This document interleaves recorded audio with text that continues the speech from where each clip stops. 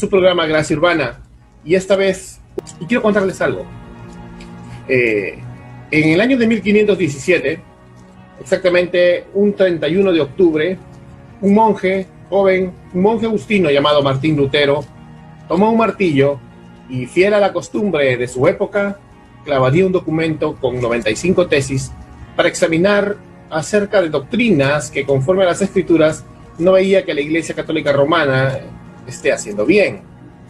Entonces, estas tesis de este joven Lutero fueron como la primera pieza de un dominó que una tras otra iría cayendo en una reacción en cadena para liberar a la Iglesia de lo que después de unos años él mismo llamaría una cautividad babilónica, y que hasta nuestros días esta liberación se sigue dando cada vez que un cristiano o una iglesia se conforma a las escrituras. El año pasado, entonces, vimos acerca de la Reforma y de la Posreforma, pero este año vamos a tener conferencistas que nos van a comentar acerca de la relevancia y doctrinas históricas de muchas denominaciones, cuáles son los distintivos que las caracterizaron y qué debería caracterizarlas también hasta el día de hoy.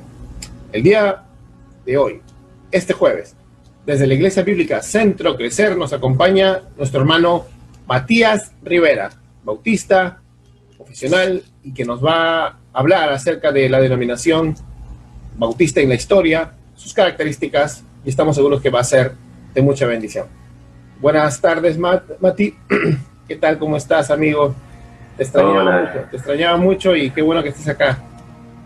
Hola, Carlos. Sí, la verdad que hace tiempo no charlábamos cara a cara y es un gusto poder estar en tu programa. Y sí, espero que sea de bendición, como dijiste. Bien, vamos al grano. Como hoy vamos a hablar acerca de los bautistas, quería comentarte algo.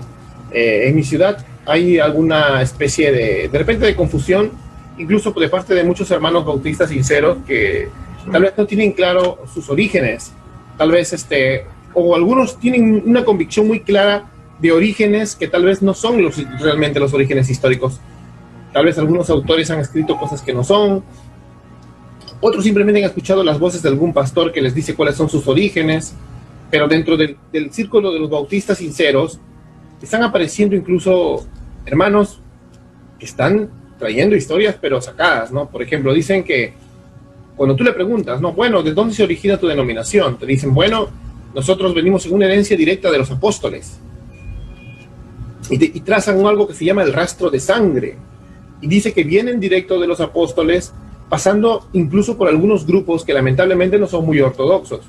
Entonces, cuéntanos, Matías, ¿cómo aparecen realmente los bautistas en la escena del evangelicalismo mundial? Bueno, sí, es cierto eso. Incluso hay algunos que lo trazan hasta Juan el Bautista. Pero la realidad es que los bautistas, como un movimiento, como una denominación, aparecen en el siglo XVII, ¿no? Esa sería como su aparición original, ¿no? Sí es cierto que a lo largo de la historia de la Iglesia hubieron diferentes grupos o también movimientos que tenían ciertas convicciones en cuanto al bautismo de creyentes o credo bautista, como se les llaman también, pero en sí eran grupos o aislados o que fueron transcurriendo a lo largo de los siglos. Por ejemplo, uno eran los donatistas, ellos son del siglo IV, otros los valdenses, que también son muy conocidos, del siglo XII, y así sucesivamente. Y bueno, los más por ahí conocidos para muchos que leen sobre la historia de la Iglesia son los anabaptistas, que incluso aparecen en la escena en el tiempo de la Reforma. Hay un movimiento, o mejor dicho, un grupo de creyentes que estaban con el reformador suizo Zwinglio, Ulrich Zwinglio, y ellos, estudiando la palabra, llegan a esas convicciones en cuanto al bautismo, que se separan en cuanto al bautismo de infantes. Pero bueno, es como en ese momento ellos son denominados como anabaptistas, o sea, se rebautizan, eso quiere decir la palabra. Pero bueno, un movimiento que surge, los persiguen, muchos mueren, surge otro movimiento pero que no es en sí lo mismo que el principio, y así. Es como que eso suele ocurrir o ha ocurrido en la historia. Y en sí, en el siglo XVII ocurre que en Inglaterra, específicamente, los hermanos que eran conocidos como puritanos, que ellos estaban buscando influenciar, en este caso, en la reina para que haga una reforma más radical, al ser rechazados y en un momento ser también perseguidos, muchos de ellos huyen de Inglaterra, otros se quedan, y de los que se quedan forman iglesias, que de ahí es que surgen los bautistas como tal, hablando como denominación. Estos grupos de puritanos, obviamente son varios, pero algunos de ellos llegan a esas convicciones en cuanto al bautismo, y es que de ahí la iglesia empieza a formar su doctrina en cuanto al bautismo y termina identificándose de esa forma, ¿no? En sí aparecen dos grupos, los bautistas generales y los bautistas particulares, pero es en esa época, en realidad, donde surge la denominación bautista como tal. Bien. ¿Podrías explicarnos un poco, a ver, porque para que nuestros televidentes puedan un poco comprender mejor que era un bautista general y que era un bautista particular? Sí, en sí la palabra justamente general y particular tiene que ver, justamente distingue la diferencia entre ambos y tiene que ver en cuanto a su comprensión sobre la redención de nuestro Señor. Unos hablan de una redención general justamente y otros de una redención particular hacia la humanidad. Redención general porque la convicción de estos hermanos bautistas era que cuando el Señor Jesús muere en la cruz, Él muere por todo el mundo, por todas las personas del mundo. De ahí depende si cuando uno les predica el Evangelio, algunos aceptan o no aceptan esa redención, pero en sí Cristo muere en aquella cruz, derrama su sangre, muere por los pecados de todos. En cambio, el entendimiento o la perspectiva de la redención particular tiene que ver en sí con que Cristo murió solo por aquellos que van a ser realmente salvos. Tiene que ver con esa idea en especial. Sí se proclama de que el sacrificio de Cristo es totalmente suficiente para salvar a todo el mundo, a todo el universo, pero que el accionar de Dios, el accionar de su salvación es particular a aquellos que se salvan, aquellos que se arrepienten, aquellos que creen. Sobre ellos es donde la redención del Señor Jesús se derrama, digamos, de esa forma. Amén, amén. Que en Sudamérica pues, parece que lo que ahora más abunda son los bautistas generales en este sentido. Pero una pregunta, ¿son los bautistas generales actuales los mismos bautistas generales de aquellos tiempos? Y posiblemente no sean en sí los mismos, por lo que ha ocurrido de ahí en más a lo largo de esa historia, porque surgen estos dos grupos, los bautistas generales y particulares. Por ahí los que tenían una preparación o también una confesión de fe más robusta, hablando de sus doctrinas, eran los bautistas particulares, y es como que los bautistas generales un poco seguían en ese sentido a los particulares. Por ejemplo, cuando sacan su primera confesión o declaración de fe, los bautistas particulares, o creo que la segunda, al año siguiente los bautistas generales sacan la suya, que es básicamente casi una copia de la de los bautistas particulares, solo cambiando en los puntos en los cuales no estaban de acuerdo, como por ejemplo el tema de la redención. De ahí lo que sigue ocurriendo en el siglo siguiente es que cuando surge un movimiento llamado, en cuanto a la teología de la liberación, aparecen teólogos liberales que menoscababan la suficiencia de las escrituras, entre otras cosas. Como que lamentablemente los bautistas generales, al no tener tal vez una declaración de fe sólida, terminan inclinándose a esa teología liberal y terminan como casi desapareciendo de la escena evangélica, ¿no? Siendo absorbidos, o es como que parece que ocurrió eso, ¿no? Y vuelven a surgir bautistas generales en el sentido de lo que hablamos de su entendimiento de la redención en el siglo XX, con en parte la influencia del fundamentalismo, y también reciben mucho de la influencia, bueno, de lo que después se conoce como el dispensacionalismo, ¿no? Pero es como que ocurre eso en su historia. Ellos son incluso los primeros que aparecen en la escena en el siglo XVII, antes que los particulares.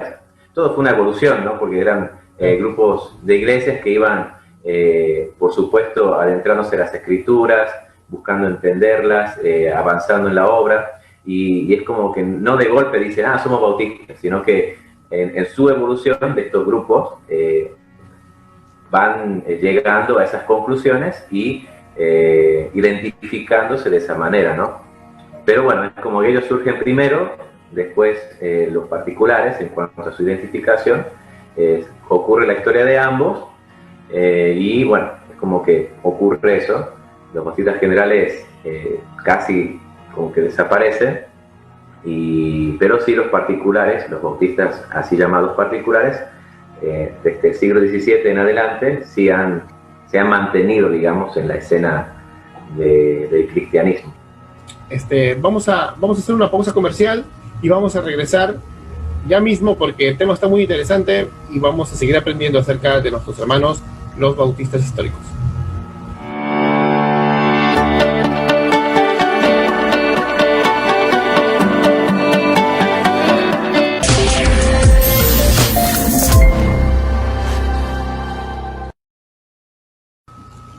Y bueno, estamos aquí de nuevo, estamos de vuelta con nuestro amigo Matías Rivera y seguimos hablando hoy día acerca de los bautistas históricos.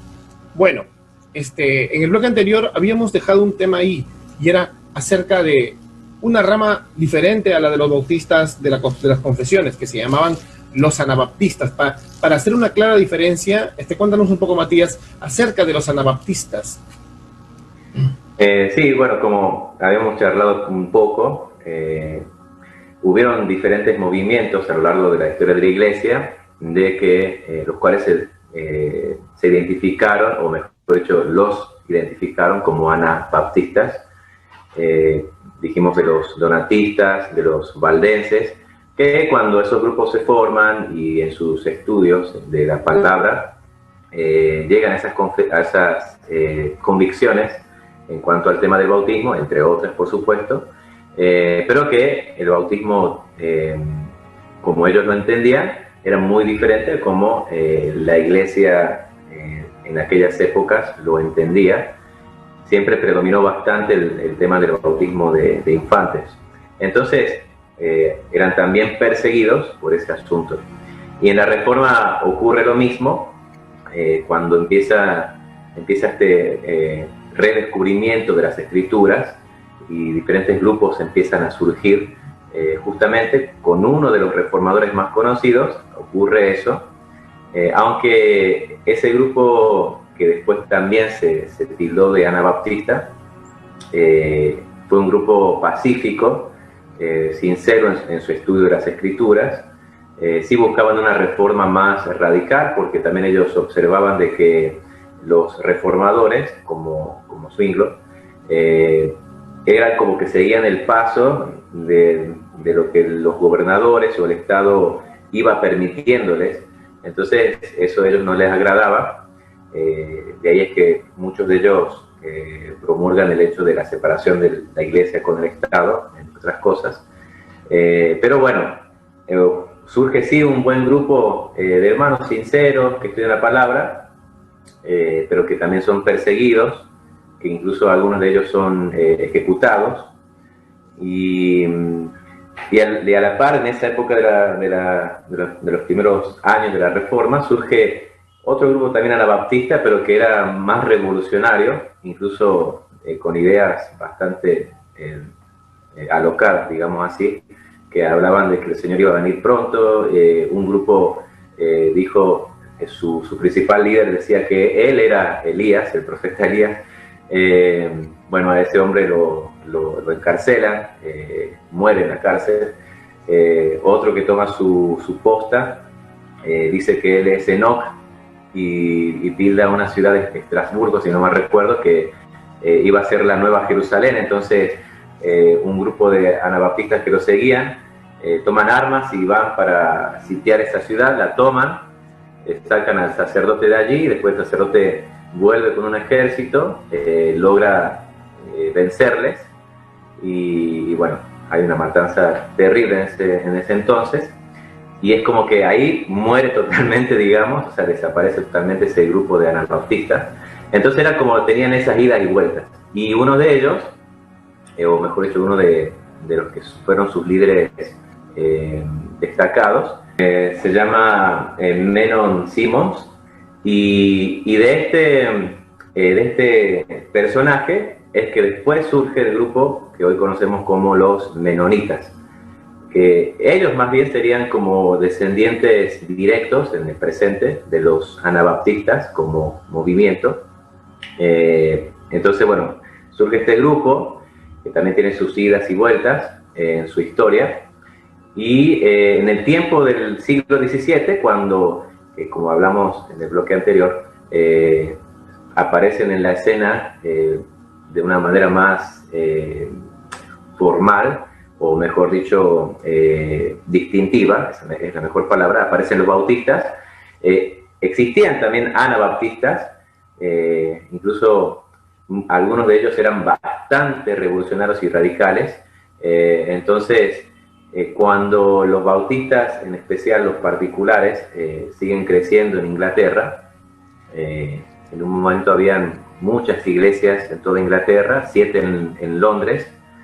Esas 7 iglesias que se asocian entre sí son las que terminan elaborando su primera confesión de fe, y que en el título básicamente dicen, en nuestra confesión de fe de hermanos, para diferenciarnos de los que nos llaman de manera equivocada anabaptistas, ¿no? O sea, como esa confesión la elaboran para decir, nosotros no somos anabaptistas, o sea, sí creemos en el bautismo de creyentes, pero no somos los anabaptistas que ustedes piensan, en este caso el gobierno inglés, ustedes piensan que somos, cosa de que también así evitar esa persecución, digamos, por el tema. Entonces, básicamente, los bautistas, como tal, cuando surgen en el siglo XVII, ellos mismos se separaron, digamos, o mejor dicho, marcaron la diferencia entre ellos y los anabaptistas de aquella época. Bien, wow, qué locura, ¿no? Qué locura que entre los anabaptistas haya habido esa rama que se le llama también la reforma radical, ¿no? Cuéntanos un poco acerca, ya hablando de los bautistas ingleses, de los bautistas que nacen del puritanismo inglés, ¿qué confesiones de fe tenían y cómo podrían esas confesiones ahora servirle mucho a los hermanos bautistas, ¿no? Bueno, como dijimos, la primera confesión de fe que se elaboró fue publicada en el año 1600, mejor dicho, fue terminada en el año 1644, y 2 años después fue presentada en el Parlamento con esta idea para que el gobierno sepa que ellos no son, son aparte o son otra cosa de los anabaptistas. Esa fue su primera confesión, y que era una confesión más acotada, a diferencia de la que es hoy en día más conocida, pero que fue una de las primeras. Más o menos en esa misma época también elaboran una primera confesión la iglesia inglesa, digamos, la que es conocida también la Confesión de Westminster. Se elabora una primera confesión en esos años. Después de ahí, de vuelta, los bautistas reelaboran su segunda confesión, que es terminada en 1677, pero que recién es publicada en el año 1689, que de esa manera se la conoce, la Segunda Confesión Bautista de Londres de 1689, y que es la que todavía hoy es muy usada. Y esa confesión era mucho más robusta que la primera, obviamente muchas más páginas, más detallada en sus diferentes distintivos doctrinales, e incluso esa confesión la hicieron, era casi como una copia de la próxima confesión de Westminster que se lanzó o se publicó. Era casi una copia, obviamente con cambios en aquellos puntos en que no estaban de acuerdo los bautistas con los presbiterianos, anglicanos, con este grupo de creyentes. Ellos lo hicieron de esa manera justamente porque se buscaba la unidad, en un cierto sentido, de las iglesias protestantes en Inglaterra. Eso es algo muy positivo, no es que simplemente ellos se separaron y no, nosotros somos otra cosa de los presbiterianos, de los anglicanos, de los de todos ellos, sino de que siempre se buscó una unidad, obviamente con sus diferencias marcadas, no es que las dejaron de lado, pero una unidad en cuanto al movimiento, ¿no? El movimiento protestante, el avance del Evangelio. Entonces, esa segunda confesión se elabora y es como la más fuerte para los bautistas hoy, incluso también usada o tenida en cuenta por los bautistas generales, que ellos también hacían, digamos, sus cambios, pero como dijimos, los bautistas particulares publicaban una confesión, mayormente fue la de, creo que sí, la de 1677 cuando la terminan, y al año los bautistas generales elaboran la suya, que también era casi como una copia de la confesión, de la segunda confesión, pero con los cambios de acuerdo a sus diferencias, ¿no? Entonces, son muy importantes esas confesiones, por supuesto, no es que están por encima de la palabra de Dios, sino siempre la idea fue detallar las convicciones de acuerdo a la palabra de Dios que en este caso tenían los bautistas. Bueno, y es cierto, ¿no? Las confesiones de fe son solamente un credo, ¿no? Son una expresión de nuestra fe y son muy buenas porque la verdad una iglesia tiene que confesar, como dice el nombre propiamente dicho, lo que cree, lo que entiende. Si nosotros no tenemos confesiones en nuestras iglesias, la verdad cualquiera podría levantarse y crear cualquier cosa, ¿no? La membresía no tiene una seguridad de qué es lo que cree su propia iglesia, y eso es algo que hay que rescatar en los evangélicos de antes, ¿no? Que ellos buscaban siempre la confesionalidad, y eso es importantísimo para que una iglesia sobreviva al tiempo, porque por algo vemos que las denominaciones como bautistas o presbiterianos aún no existen, porque siempre han tenido una confesión, y algunas ramas de ellos mismos que han roto esa confesión han terminado desviándose y yendo al liberalismo o a otras cosas. Bien, vamos a ir a una pausa comercial en este momento y vamos a regresar para hablar de un tema muy importante, y es acerca de la teología del pacto y de la escatología de los bautistas. Ya volvemos.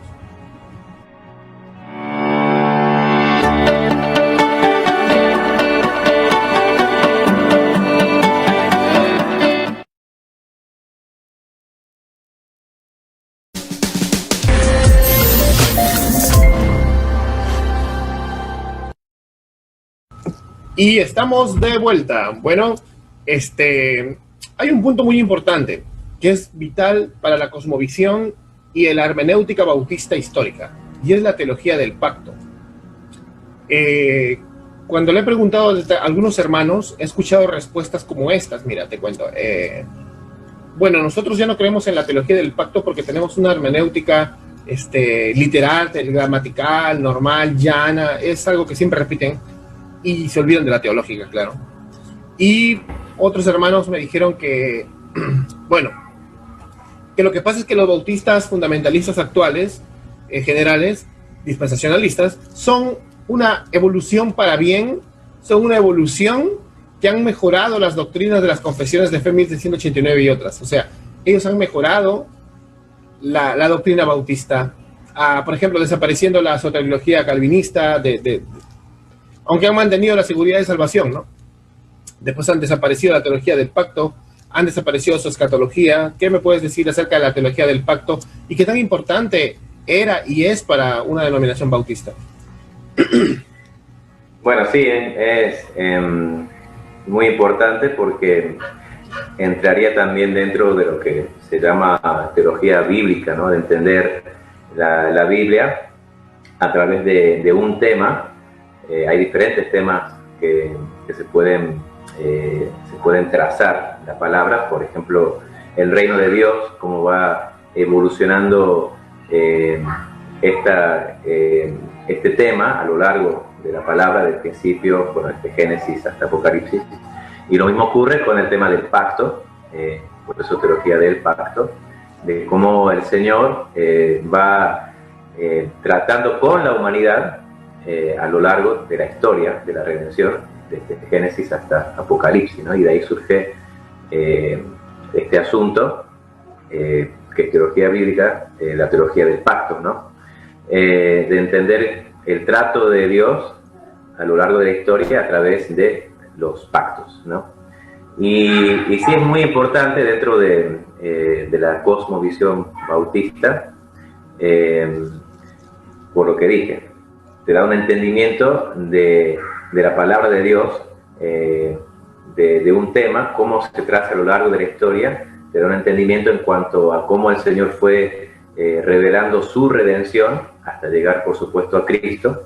Entonces, no es solo un conocimiento del Nuevo Testamento, sino de toda la Biblia.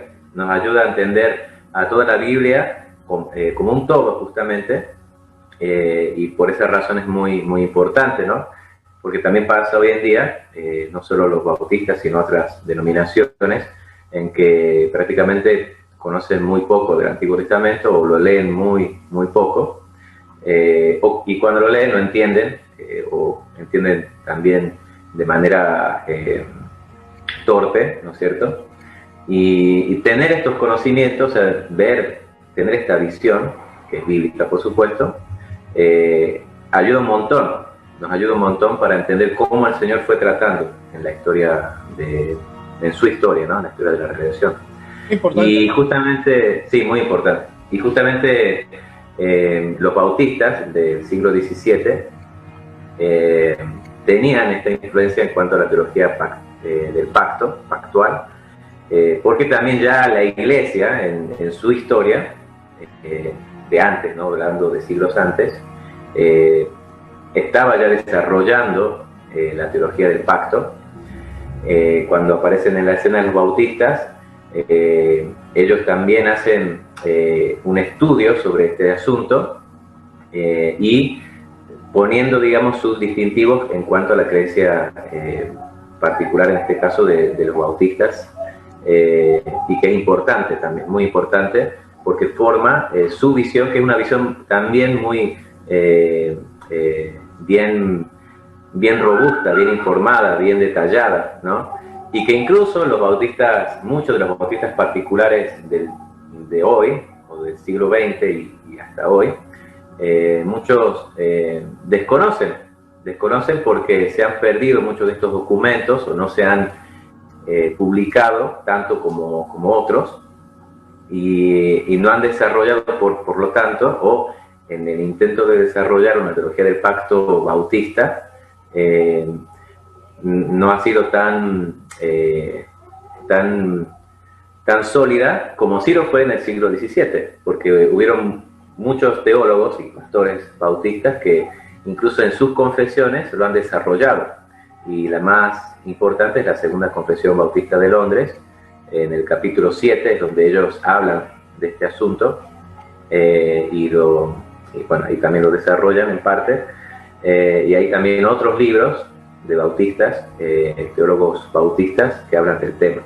Entonces, es muy importante porque también esto te da una visión del trato del Señor con su pueblo ¿no? Te da una visión también escatológica de cómo es que se están desarrollando los eventos a lo largo de la historia hasta el fin, y que es muy diferente al dispensacionalismo. Es bastante diferente con esta doctrina. Interesante lo que me dices. Yo he encontrado muchos pastores que, bueno, dicen que, bueno, no quieren aceptar la teología pactal, y a raíz de eso es que en lugar de ver a Cristo como el hilo conductor de toda la escritura, ¿no? Como el único camino que te hace, o como el lente hermenéutico único para leer la Biblia, ven un plan para la nación de Israel, o ven otras cosas. Y eso ha traído el dispensacionalismo, creo, más bien, ¿no? Una pregunta que es muy importante, porque muchos pastores dicen que, o sea, yo creo que se cuelgan de una realidad, que desde los padres de la iglesia ha existido una especie de premilenialismo, ¿no? Aunque antes no se categorizaban la escatología con las etiquetas de ahora, pero había una especie de premilenialismo que se le llama ahora premilenialismo histórico, y muchos hermanos se trepan de eso para decir que ellos, los bautistas, siempre han sido premileniales, pero acá no, la discusión no es si han sido premileniales. Quiero preguntarte, ¿han sido, por ejemplo, pastores como John Spilbury, Charles Spurgeon, Andrew Fuller, o por ejemplo John Hill y otros grandes bautistas de la historia, tuvieron convicciones dispensacionalistas? O sea, ¿ha existido el dispensacionalismo siempre dentro de los bautistas históricos? ¿Qué me cuentas? Sí, no, la respuesta es que no han sido dispensacionalistas, justamente por este asunto de que ellos más bien abrazaron la teología del pacto y la desarrollaron desde la visión bautista. Los grandes teólogos, o los teólogos más destacados dentro de los bautistas, se inclinaron hacia la teología del pacto, desarrollaron su visión, escribieron libros que son muy importantes y muy interesantes, muy ricos en su análisis en cuanto a la palabra del Señor. Así que sí, la respuesta es que no, ellos no lo han sido. Aunque, bueno, si ellos surgen en el siglo XVII, por ejemplo, el dispensacionalismo surge un siglo después, básicamente, en el año 1824, cuando John Darby, bueno, digamos que comienza este camino de desarrollar el dispensacionalismo, y que después se va extendiendo. O sea que podemos decir que al menos por 100 años no había existido el dispensacionalismo en la historia en general, ¿no es cierto? Claro. O sea que los bautistas, los primeros, no abrazaron ese dispensacionalismo, y después de que ya aparece en escena más fuerte el dispensacionalismo, tampoco lo abrazaron, porque justamente tenían bien en claro su confesión de fe, su declaración de fe, o sea que era muy diferente a la visión dispensacionalista, ¿no? O sea que básicamente la respuesta es que no eran dispensacionalistas. Muchos jóvenes bautistas actualmente, que incluso dentro del ala, digamos, fundamentalista general, están que estudian las confesiones, ¿no? Están que vuelven a buscar sus raíces, y se están topando con esto, ¿no? Yo, por lo que nos estás contando, yo creo que es muy importante que entiendan, ¿no? O sea, si ellos entienden la teología del pacto, la mayoría al menos se va a dar cuenta de que ser un bautista reformado, como le llaman ahora, o como debería ser un bautista particular, no es solamente ser un calvinista, ¿no? Porque tenemos hermanos muy piadosos, gloria al Señor por sus ministerios, como Miguel Núñez o John MacArthur, y son bautistas generales y son calvinistas, pero no son pactales. O sea, y no necesariamente son así, sino que si un bautista en 1689 tiene unas características, ¿no? Y una característica histórica es ser pactal y no ser dispensacional, porque eso es una cosa nueva, digamos, ¿no? Interesante, la verdad. Entonces, para concluir, no eran dispensacionalistas. ¿Por qué crees que ahora los bautistas, la mayoría, al menos en nuestros países acá, por qué crees que sí lo son? Bueno, justamente cuando surge el dispensacionalismo, que al principio, por supuesto, era un movimiento, o bueno, una doctrina incipiente, al ir avanzando, en el caso de este lado del mundo, o sea, del lado de América, donde tiene en sí su gran avance o su gran expansión, es cuando un pastor llamado John Scofield, él realiza su comentario de la Biblia, de ahí es que se conoce la Biblia de Scofield, lo realiza a principios del siglo XX en Estados Unidos. Por supuesto, él había abrazado el dispensacionalismo y en su comentario estaba esta visión. Y como se difundió tanto esta Biblia, es como que el dispensacionalismo empieza a tomar fuerza, presencia en diferentes denominaciones, entre ellas los bautistas, ¿no? Ya ahí estamos hablando del siglo XX, en el siglo XVII es donde comienza este movimiento en sí, e incluso donde desarrollan la teología pactual de una forma sólida, pero como dijimos, al no haberse tal vez publicado tanto los escritos sobre el tema, es como que incluso los bautistas en Estados Unidos pierden, digamos, cierto rastro o cierto conocimiento de ese trabajo. Y bueno, fue una cuestión de influencia, básicamente. Una cuestión de, bueno, parece la Biblia de Scofield era la más usada, no había mucho material de estudio. Bueno, surge el fundamentalismo, como dijiste vos, que tiene cosas positivas, que también los bautistas lo abrazan. Y bueno, es como así, digamos, se fue infiltrando o influenciando el dispensacionalismo y lo toman la mayoría de las iglesias bautistas, ¿no?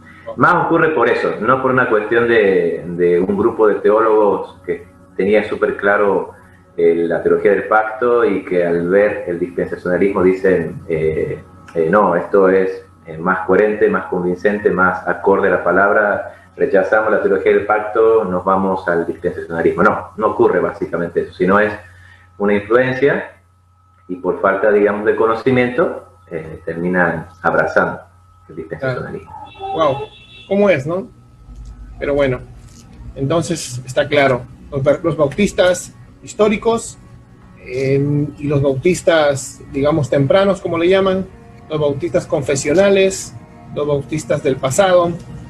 La línea bautista nunca ha sido dispensacionalista. Bueno, vamos a una pausa comercial y vamos a regresar para despedirnos y también para hablar de un hombre que entre los bautistas, incluso yo no soy bautista, pero lo admiro mucho, gloria a Dios por su vida, y se llama Andrew Fuller. Ya venimos, pronto nos vemos de nuevo.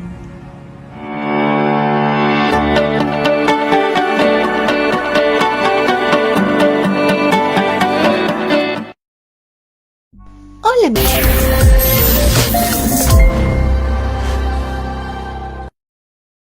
Estamos de vuelta. Bueno, este es el bloque terminando ya el programa, bloque 4, y vamos a terminar hablando de uno de los hermanos bautistas históricos que han aportado mucho para las misiones mundiales, que han aportado mucho en la lucha contra el liberalismo teológico, que han aportado incluso contra muchas de las exageraciones, incluso de doctrinas que pueden ser buenas, pero si las llevamos al extremo, nos salimos de las escrituras. Y es Andrew Fuller. ¿Qué nos puedes contar de Andrew Fuller, Matías? Bueno, Andrew Fuller fue un pastor bautista, básicamente sí, del siglo XVIII, de la mitad hacia adelante. Y él fue tuvo un rol muy importante en cuanto a el avance del evangelio por parte de los bautistas, en este caso, los bautistas particulares. En su época había terminado pasando, bueno, si se acuerdan, dijimos que en el año, poniéndolo en números, 1600 es que empiezan a surgir el movimiento de los bautistas, crece, después en los viajes a América, a Estados Unidos, como lo conocemos hoy, también se establecen iglesias reformadas en general, bautistas, presbiterianas, etc.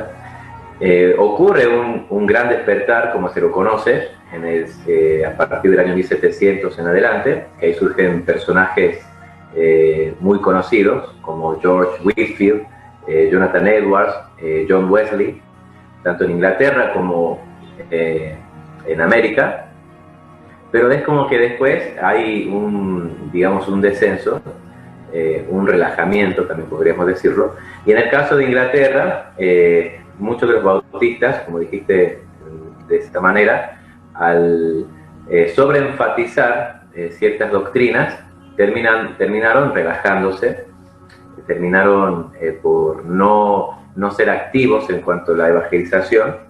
Tiene que ver mucho con lo que se conoce como hipercalvinismo, porque al tener la convicción de que bueno, el Señor tiene sus elegidos, Cristo ha muerto por los elegidos, entonces si tales elegidos son verdaderos, bueno, entonces se van a salvar sí o sí. Y llegaron al punto de decir, bueno, no hace falta, por lo tanto, ir por todos lados predicando el Evangelio. Si no lo hacemos, lo mismo se van a convertir. Y ese fue el error de muchos pastores y bautistas particulares. Y justamente Andrew Fuller es uno de los personajes que aparece en escena y que refuta estas ideas junto con otro grupo de pastores, entre ellos otro de los más conocidos, William Carey, que se lo conoce como el padre de las misiones modernas en la historia en general de la Iglesia, no solo de los reformados. Y ellos surgen en escena diciendo que no es así, o sea que es verdad, el Señor tiene sus elegidos, nosotros queremos lo mismo, el Señor ha muerto por ellos, pero también el Señor nos manda a que vayamos y prediquemos el Evangelio a toda criatura, a toda persona. Entonces, no podemos desobedecer a tal mandato, ¿no?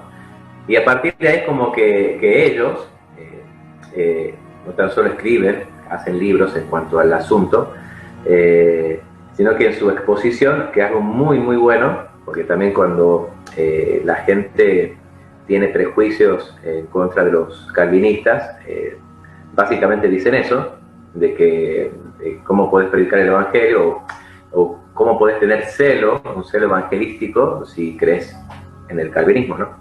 Y en eso estos hombres aportan una respuesta obviamente acorde a la palabra de Dios, de que el Señor sí tiene sus propósitos, sí es soberano, sí Él tiene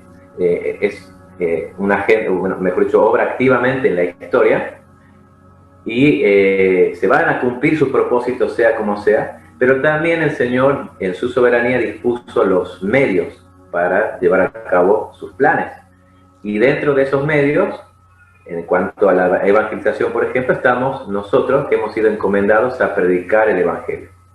Y que si no vamos, el Señor no se va a cumplir esos planes de Dios, pero porque Dios también estableció, dispuso los medios para realizar sus planes. Entonces ahí entramos nosotros, incluso la visión muy interesante de que ellos decían, por ejemplo, bueno, porque se oponían, no, ¿para qué vamos a viajar a la India, a esos lugares tan lejanos? Que como había una cierta oposición perezosa, más que nada. Y bueno, Andrew Fuller, William Carey, este grupo de hermanos, decían, bueno, el Señor en su soberanía nos dio los medios, los barcos, los viajes, que Inglaterra fuera a la India. Entonces tenemos que aprovechar los medios que el Señor mismo ha puesto en nuestras manos para ir allá y predicarles el Evangelio. Entonces, eso fue lo que realizaron estos hermanos, eso fue lo que realizó Andrew Fuller, entre otras cosas que también de las cuales ha aportado en sus escritos. O sea, por supuesto, buscando ser siempre bíblicos, ¿no? Buscando ser fieles a la palabra del Señor, al Señor de la palabra, y esa fue su mayor influencia. Y creo que lo más destacable es en cuanto al movimiento misionero, ¿no? Andrew Fuller, junto con otros hermanos, forman la primera sociedad misionera en aquel entonces, sociedad misionera bautista, y creo que también en general, como organización me refiero, y y lo envían a William Carey y después, bueno, así a otros misioneros. Y eso genera un gran cambio en la historia de las misiones modernas. Así que esa fue su influencia. Wow, qué gran historia, ¿no? Cómo Dios puede usar a este hombre para tantas cosas, ¿no? Como vimos, ¿no? Para refutar primero extremos, ¿no? Extremos que habían tomado la soberanía de Dios como excusa para holgazanear, que no entendían realmente la soberanía de Dios, entonces no habían entendido bíblicamente. Otro extremo que era el sandemanianismo, no sé si te acuerdas que te comenté, que estaba viendo también, sí. gracias a Andrew Fuller, ¿no? Fue refutado, la idea de la salvación por solamente mero conocimiento, que es gracias a Dios. Mira, usó este gran bautista, Andrew Fuller, y sobre todo el motivar las misiones, ¿no? El motivar a un hombre que luego, como tú dices, ¿no? Sería el padre de las misiones modernas y que ha hecho tanto por la iglesia, como es el pastor William Carey, ¿no? Un gran misionero. La verdad, esto a mí me alegra mucho, ¿no? Y recomendaría a todos los jóvenes también que busquen literatura de Fuller. La verdad, es lo mejor que pueden hacer, documentarse. Como bautista, identifícate con alguien, identifícate con Spurgeon, identifícate con Fuller. Bueno, vamos a terminar, y quisiera que para terminar les des unas palabras a los muchachos, a los hermanos, a los pastores, a los líderes bautistas que están buscando sus raíces, que están buscando ser más bautistas, ¿no? Que más cercanos a la Biblia de acuerdo a su visión denominacional, pero ¿qué les podrías decir a ellos? Bueno, que la verdad sí indaguen en cuanto a la historia de los bautistas, y que muchas veces nosotros nos enorgullecemos de ciertas raíces, ¿no? Hablando en general y hablando de un enorgullecimiento sano, ¿no? Podemos decirlo así. Uno puede decir, bueno, los peruanos, esta es nuestra historia, los argentinos, esta es nuestra historia, los ingleses, los estadounidenses y así. Y que hay, por supuesto, eventos, trabajos positivos de cada una de estos países y también de las denominaciones, en este tema que estamos hablando. Y los bautistas tienen una historia muy edificante, no tan solamente edificante en cuanto a sernos de bendición a nuestra alma, sino edificante incluso para seguir construyendo, seguir avanzando en la obra que el Señor nos encomendó. Entonces, es animarlos a que indaguen. Gracias a Dios, en el presente, también de parte, por ejemplo, de pastores bautistas estadounidenses, ha habido un resurgimiento, una búsqueda, un redescubrimiento de lo que los primeros bautistas habían elaborado como declaraciones de fe, confesiones de fe, libros escritos, y que son muy, muy importantes para nosotros como bautistas.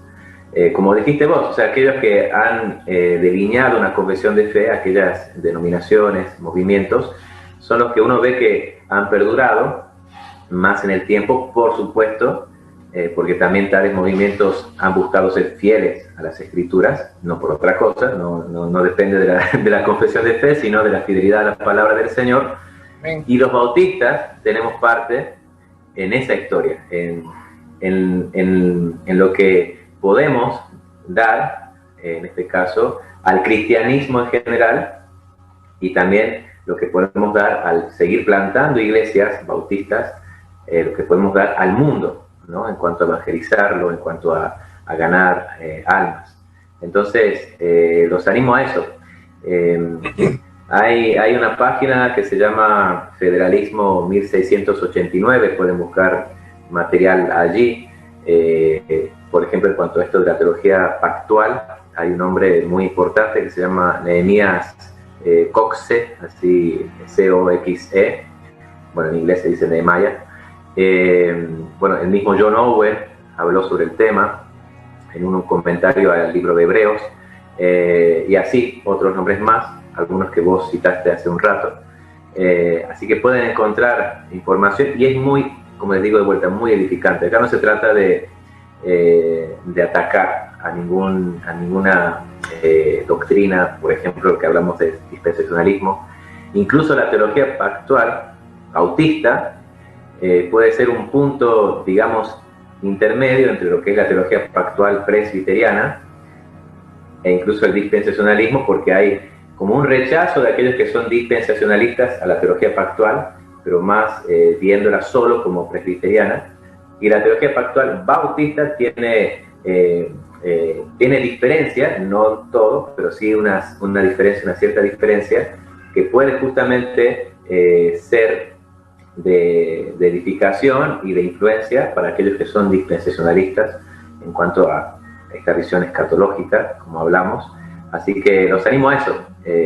Va a ser muy importante. Acá se trata de ser fieles a las Escrituras, por supuesto, y creo que los bautistas, en este caso particulares, como se han conocido, tienen mucho que enseñarnos, mucho que decirnos, mucho que edificarnos y fortalecer a nuestras iglesias. Amén.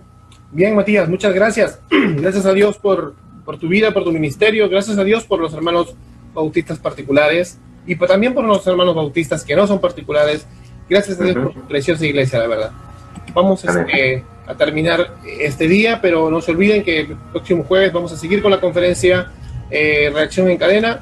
Vamos a seguir hablando de la historia de la iglesia, vamos a seguir viendo lo maravilloso que hay detrás de todo esto y que en televisión tal vez no podemos ampliarlo cuanto quisiéramos, pero al menos esta es una semillita en tu corazón para que tú comiences a documentarte. Puedes escribirme, ya sabes, a mi página Pastor Mega en Facebook y podemos conversar de muchos temas. Gloria al Señor. Bueno, gracias y hasta pronto. Nos vemos la próxima semana.